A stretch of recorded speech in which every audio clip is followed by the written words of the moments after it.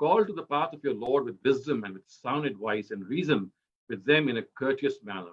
Surely your Lord knows full well who has drifted from the path of his Lord and also knows very well those who are guided।